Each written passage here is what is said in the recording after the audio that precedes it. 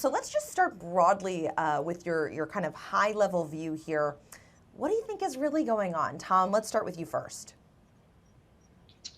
Well, Leslie, I think the markets are a bit nervous in crypto land in equity world because one, we've had a government shutdown, and then there's been doubts about AI valuations and people raising questions about that. So AI stocks have corrected and many growth stocks have corrected. And then in crypto specifically, it's been dealing with two issues. One is there was this big liquidation event on October 10th, one that really was a larger liquidation event than anything seen in history. And the second is because crypto is risk on, I think markets are really struggling with what the Fed's going to signal on December, because, you know, if you end up with a hawkish Fed, it gets crypto investors very nervous. I think that's all creating this downside pressure. But I think the good news is there are signs of exhaustion. I did speak with Tom DeMark of DeMark Analytics, and you know, he thinks there are signs that would look like a bottom that could be occurring sometime this week. Matt, do you agree with Tom here?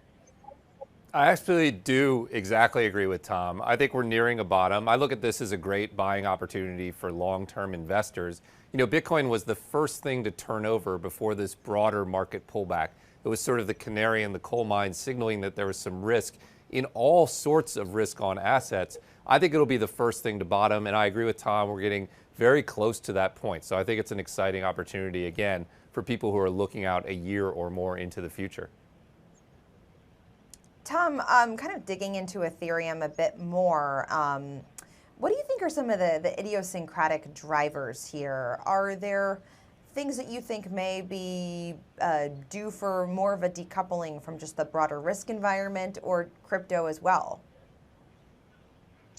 Well, you know, Ethereum is a smart contract platform, so it differs from Bitcoin, which is a store of value, and in many ways its virtue is that it's inert, you know, and it represents digital gold and a good store of value. Ethereum, on the other hand, is, because it's a smart contract platform, is really the rails where I think a lot of things are going to be built. And one of the big breakouts this year has been stable coins, but it's also been things like prediction markets, and now talk about tokenizing more than just dollars, but equities and real estate and alternative assets and other assets. And a lot of that will be built on Ethereum or layer 2. So I think from a perspective of what the ecosystem looks like, Ethereum is a place where there's a lot of activity taking place, you know, and you can measure it by transaction volumes or transactions per second, or even value locked on the chain.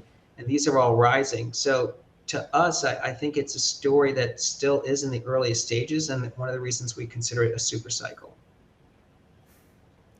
And Matt, you agreed. You said that you agree with Tom that it's nearing a bottom. How much of a long-term buy do you think this is? I think it's a generational opportunity for long-term investors, whether you're looking at Bitcoin, Ethereum, or Solana. To double down on what Tom said about Ethereum specifically, look, I think investors are very nervous broadly about the economy, about AI valuations, about tariffs, about the broad economy. You want to look for secular trends that are decoupled from that. I think regardless of what happens on the economy in the next year, stable coins will grow tremendously. I think regardless of what happens, tokenization will, maybe 10x in the next few years. Prediction markets are going to be huge. Decentralized identity and digital identity are going to be huge. Ethereum lets you play those secular trends, which are in this enormous growth phase, almost regardless of what's happening in the broader economy. So for me, it's really it's a generational opportunity, and to get in at these prices, I think really is almost a gift for long-term investors. It's a tremendous opportunity. Tom, in terms of just the overall volatility, what are some of the near-term headwinds you're expecting Ethereum to face? Well, one of them is the industry did suffer a big liquidation event that I think crippled many players and wiped out many accounts. So I think that this, just like in 2022 or in 2020, it does take a few weeks for the industry to sort of find its footing. And I think that's why crypto prices have lagged here. And it does have the signs of that maybe a market maker or two actually is unable to provide market liquidity. And as you know, as liquidity contracts, it's the same thing as the central bank tightening. So it's almost like crypto QT.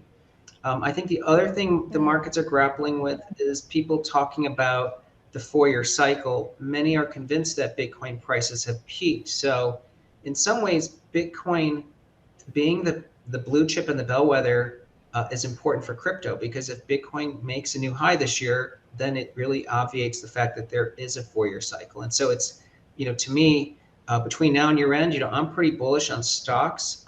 This sort of weakness in the first half of November was what we expected. But as markets rally, I think that's going to help propel Bitcoin to an all-time high.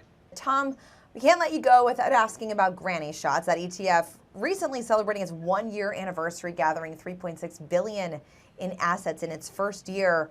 You plan to expand the lineup. How do you plan to do so, and where else on the court will you be shooting from, so to speak? Yeah, well, that's right. Granny Shots, which refers to a way of shooting free throws, proved to be very popular with investors, as you point out. And part of it is the performance. Granny Shots, in its first year, outperformed the broader index by 1,000 basis points, and year to date, beating the S&P by more than 1,000 basis points. The idea of Granny Shots is the idea that there are super cycles, themes that last for more than 5 to 10 years, and we want to buy the strongest stocks. So we are expanding the Granny Shots family. That they're going to go effective tomorrow.